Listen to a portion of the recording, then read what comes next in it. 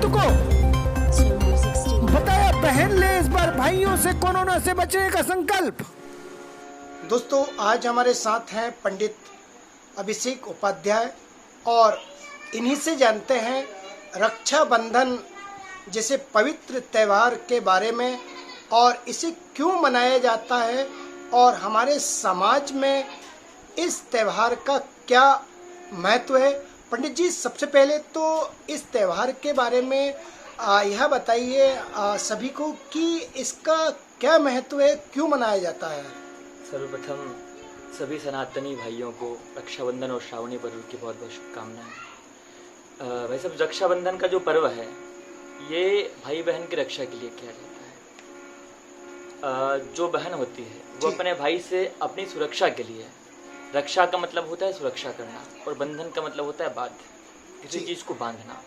अपनी बहन अपने भाई से ये प्रण लेती है कि भाई आज से मेरी रक्षा का पूरा दायित्व आप पर होता है। तो भाई का ये कर्तव्य होता है कि प्राण चले जाए पर अपनी बहन की सुरक्षा करना, अपनी भारत माँ की सुरक्षा करना, अपने देश की सुरक्षा करना।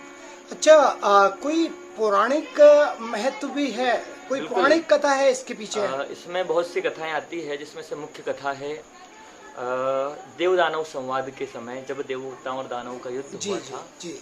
उस समय देवताओं पर दानवों की विजय हो गई थी। तो देवताओं के जो गुरु थे बृहस्पति जी, उनके द्वारा जो इंद्र की पत्नी इंद्राणी हैं, उनके द्वारा ये व्रत किया गया था और रक्षा सूत्र बांधा गया था।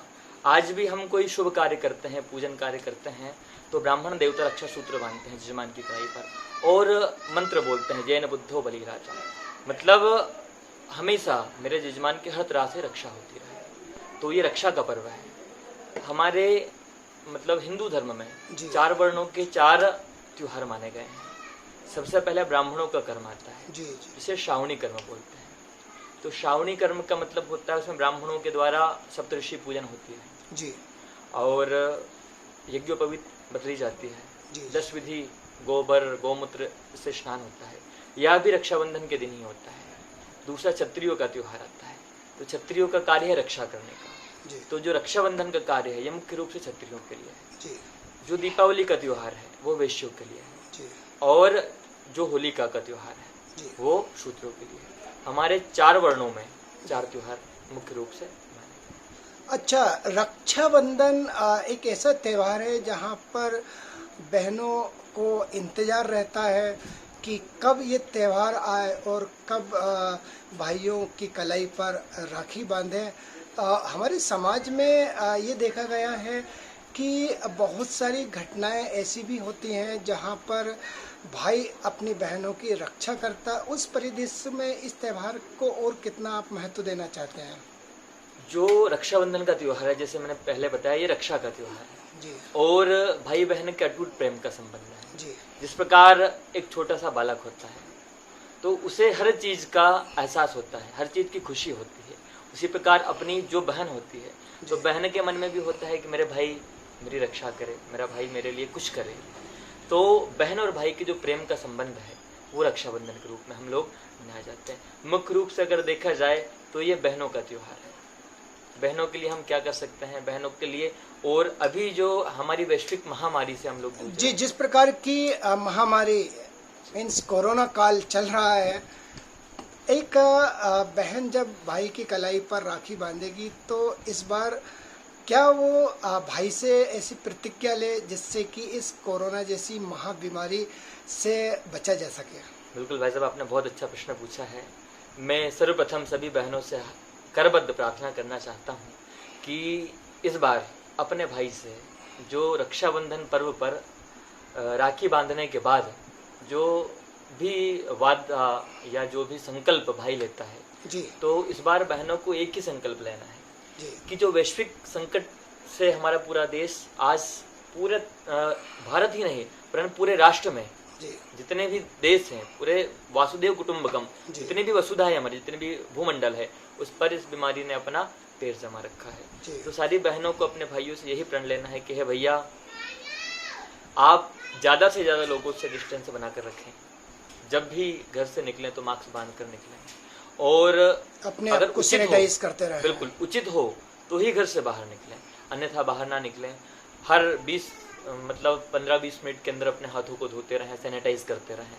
और किसी से भी अगर बात भी करें तो जो मुख्य रूप से दूरी दी गई है उतनी दूरी में रहकर वो अपने भाइयों बहन जो भी इष्टजन है उनसे संपर्क करें।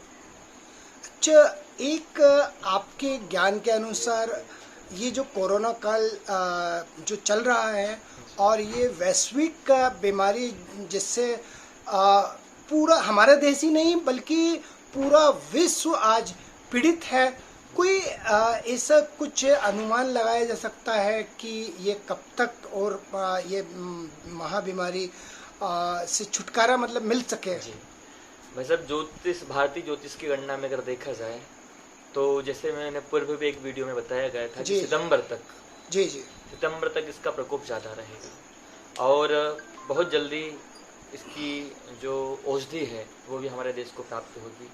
वरन ये वैश्विक महासंकट है और वैश्विक महासंकट कब आता है?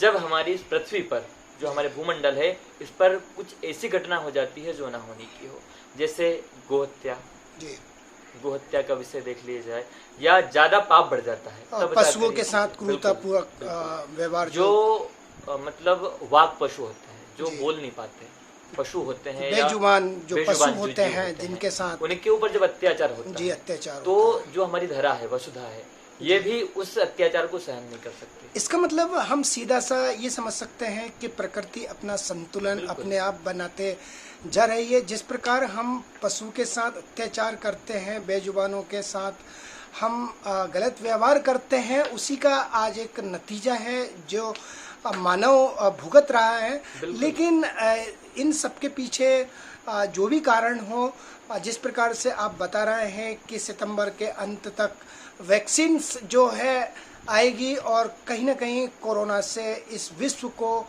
मुक्ति मिलेगी। और हमारे सनातन धर्म में कहा गया है विश्व का कल्याण हो। ये थे आज हमारे साथ पंडित अभिषेक उपाध्याय जी। इन्होंने रक्षाबंधन त्यौहार का महत्व भी बताया, पौराणिक कथा के अनुसार भी बताया और कोरोना जैसी बीमारी पर भाई इस बार बहनों से क्या प्रतिज्ञा करेगा इसके बारे में भी हमें बताया है पंडित जी ने। और स्पेशली हमें यह भी बताया है कि कोरोना से कब तक छुटकारा मिलेगा। धन्यवाद पंडित जी।